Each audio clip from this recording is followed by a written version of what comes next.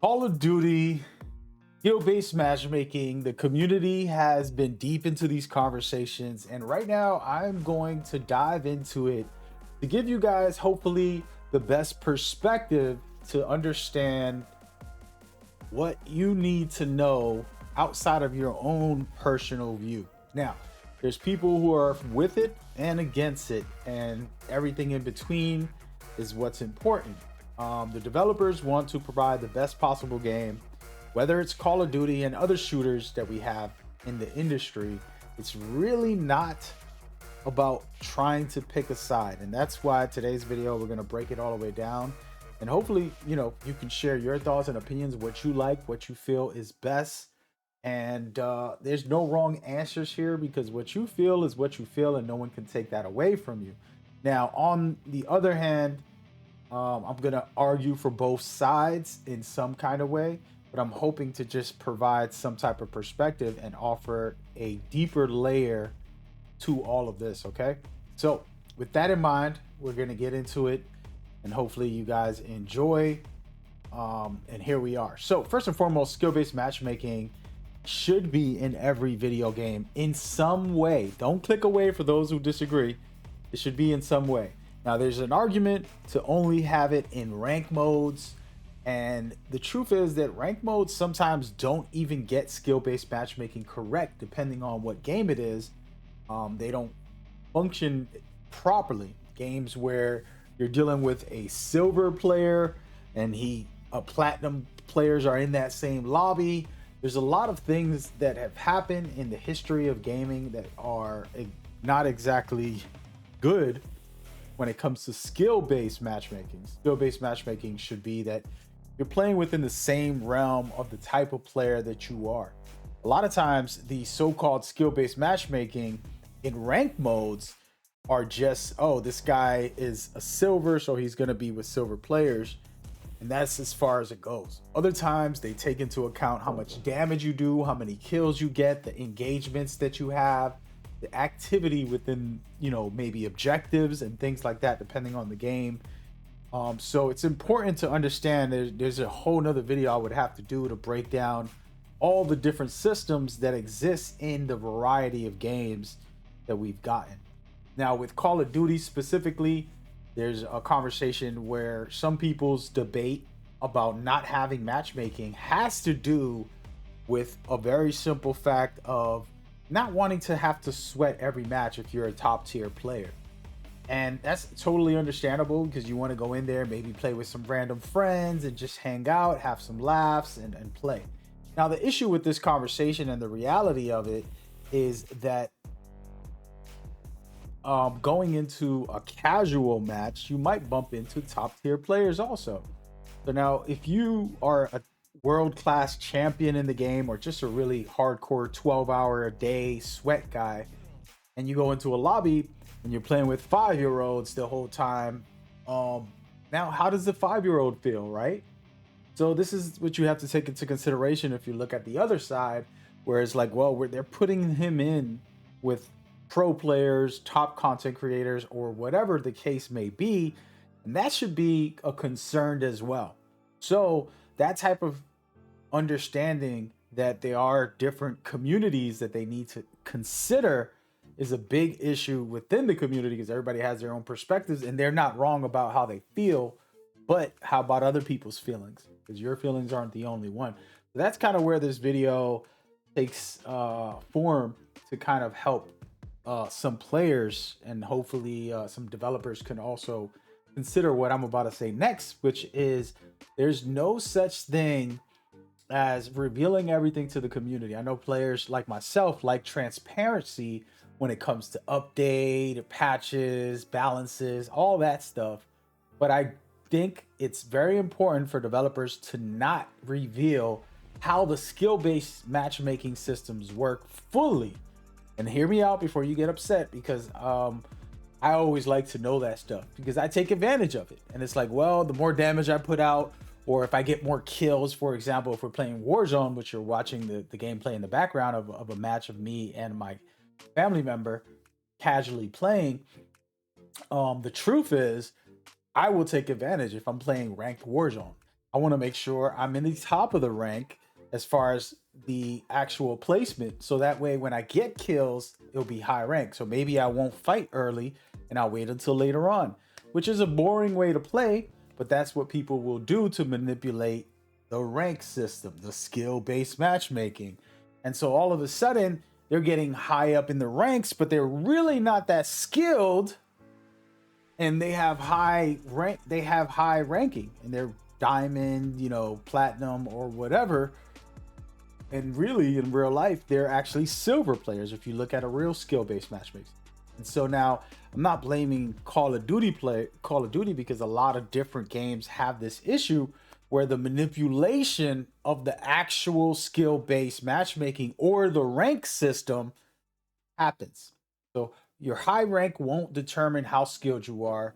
Even your KD doesn't determine how skilled you are. There's plenty of different factors, and it's honestly very difficult to control that. As a developer, your job is to create systems that can't be manipulated, that will be enhancing the overall experience for all of the community as we go. So this is kind of the conversation where I would have to create multiple videos, and maybe we will if you guys really like this, to help y'all understand what developers have to go through in the process that they have. And it's unfortunate because sometimes they'll decide to reveal everything. And then now players like myself, I'll admit it, anytime I go into a rank mode, I want to know every single system. What is the best way to get points? Oh, just get into the top 10 and then go for kills. Okay, so that's what we're going to do if that's going to let me get the highest amounts, right? If I drop hot and I get 4 kills, but the points don't really give me much, and then if I do the opposite and wait until I'm in top 10 and then go off and go get aggressive, I'm going to choose whatever it takes. And let's be honest, anybody that does play rank modes in different games will do something similar in that regard. So it just depends. And now I'm not justifying my actions, but what I'm saying is the developers have a really tough job to to design the proper mechanics for people. Okay, so that in mind, back to the conversation about skill-based matchmaking and having a system and an argument between, hey, I just want to get in and play casually. Well, if you're a top world-class player, if you're just a good content creator or somebody who's just amazing at the game, going into a regular so-called sweaty lobby that you're going to play with the same type of players, understand it is not as simple as you think. There's way more layers to it, because all of a sudden you'll be stomping out 5-10-year-olds who only play twice a week because their parents allowed them. So now all of a sudden you're creating an issue for those people, the casuals who don't play at all. And so it's like, oh, well, we can't protect them. Focus on what we want because we play the game 12 hours a day. And now as a content creator myself who can play as much as I feel, it is pretty much a terrible decision to say, give me what I want and make it easy for me to stomp these lobbies so I could showcase that I never die. Like right now, I got popped in this game and I don't even know the results. This is just a recording of some action here of me and a family member. But the point is, that would be extreme, right? And maybe I get 20 kills in this video as we break things down, and it's just 10-year-olds, right? And so now how good am I is the question. Am I really that skilled, or am I just in a lobby of a hot mess? And sure, I can have fun in here and make a video and upload it for you guys. It could be exciting for my content, but the actual overall experience might not be so. So this is where the conversation and discussion about skill base and why and when is it good, that is the question you want to ask yourself. So that's one of the major arguments. And now it's like, okay, let's not focus on just letting me play casually and getting some relaxing lobbies because I'm too good and I'm just going to stomp 5-year-olds. They won't be able to relax. Let's avoid that conversation and then go back into other reasons and feelings that people might have. Okay.